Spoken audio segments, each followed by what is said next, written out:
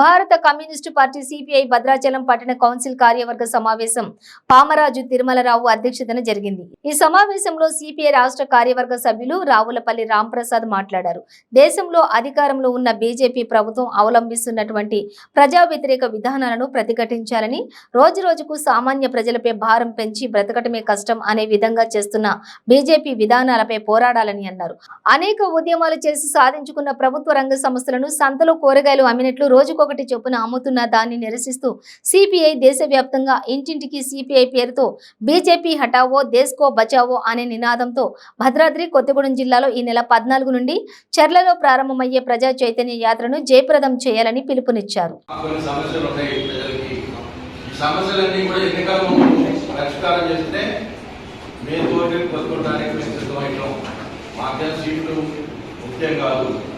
మాకున్న బలాన్ని మేము నిరూపించుకోవడం కోసం కూడా సరుకుల వరకు కూడా అధిక రేట్లు పెరిగినాయి అనేది ప్రధాన లక్ష్యంగా ప్రజలు భావిస్తాం.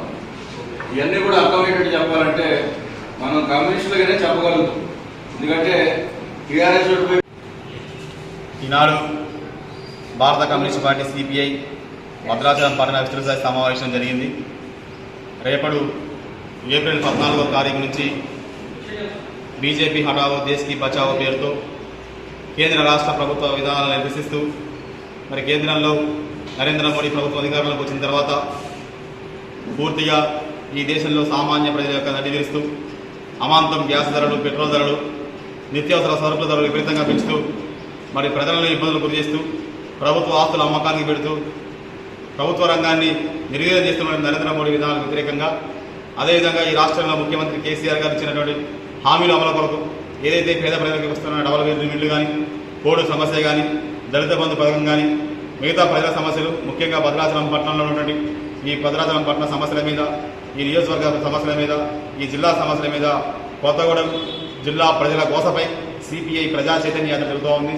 రేపు ఏప్రిల్ 14వ తేదీన చర్ల కేంద్రంగా చర్లలో పెద్ద ఎత్తున అంబేద్కర్ జయంతి నాడు అంబేద్కర్ రచించిన ప్రజాస్వామ్యాన్ని రక్షించాలి, అంబేద్కర్ రాజ్యాంగ విలువలను కాపాడాలని అంబేద్కర్ జయంతి నాడునే మరి చర్ల సెంటర్లో జరుగుతున్నటువంటి చర్ల సెంటర్లో అంబేద్కర్ విగ్రహానికి పూలమాల వేసి అనంతరం అక్కడ ప్రారంభ సభ నుంచి ఈ ప్రజా చైతన్య యాత్ర బయలుదేరి ఆ రోజు సాయంత్రం ఏప్రిల్ 14 సాయంత్రం 6 గంటలకి అంబేద్కర్ సెంటర్లో కార్నర్ మీటింగ్ పెద్ద ఎత్తున జరుగుతూ ఉంది. కాబట్టి పెద్ద ఎత్తున ప్రజల యొక్క సమస్యల పరిష్కారం కోసం జరిగే యాత్రలో పాల్గొని మరి ప్రభుత్వాలకి మన యొక్క సమస్యని వినిపించడం కోసం ఈ యాత్ర దోహదపడుతుంది. కాబట్టి ప్రజలు పెద్ద ఎత్తున పాల్గొనాల్సిందిగా సిపిఐగా భద్రాచలం నియోజకవర్గ ప్రజల్ని విజ్ఞప్తి చేస్తా ఉన్నాం.